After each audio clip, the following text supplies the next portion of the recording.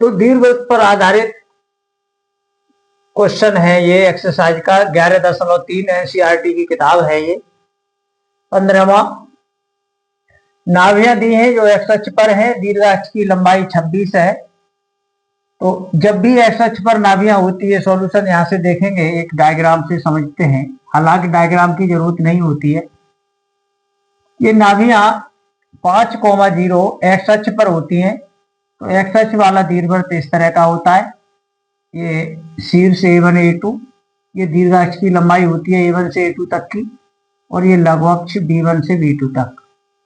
नाभियां, ये केंद्र है, नाभियां S1 और S2 जो दी हुई हैं, एक -5 और एक +5, ये -5 0, ये +5 0।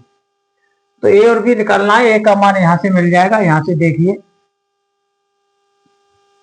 दीर्घाक्ष चित्र से दीर्घाक्ष की लंबाई कहां से कहां तक होती है,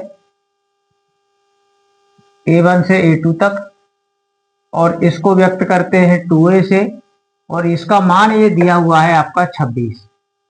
यहां से हल करके ये 2 अपॉन में जाएंगे, A का मान आ जाएगा 13। दीर्घाक्ष के समीकरण के लिए A का मान और B का मान चाहिए होता है, तो इसमें A आ चुका है। अब तलाश B के मान की करते हैं। इसमें एक चीज और दी है, नाभियां, इसका भी उपयोग कर लेते हैं। नाभियां, इन नाभियों को देखकर ही हमने इस चित्र को बनाया है। ये नाभियां ±5,0। इस तरह की नाभि जो एक्स अक्ष पर होती हैं, उनको व्यक्त किससे करते हैं, ±AE,0 से। इसको कभी कहीं कहीं C लिख देते हैं, कुछ लोग भी बताते हैं, कुछ किताबों में भी ऐसा मिलता है। बात एक ही है, इसको C लिख देते हैं, लेकिन हम E इसलिए लिखते हैं कि आप E के बारे में जानते रहें। E उत्केंद्रता है, एक अनुपात होता है, तो उसी की भाषा में इसको लिख रखा है। जहां तुलना करके इन मानों को निकालेंगे तो आप पाएंगे AE बराबर 5।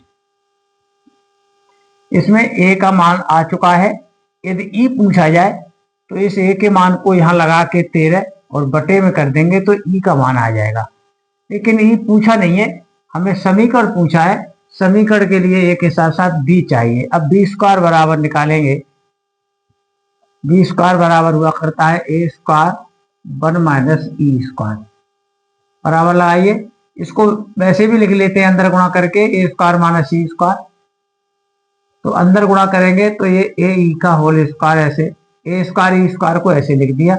इसमें A का मान लगा दें 13 और AE का मान लगा देंगे 5।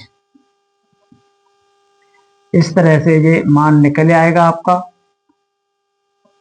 144 आ जाएगा ये B² का मान। अतः दीर्घवृत्त का समीकरण हुआ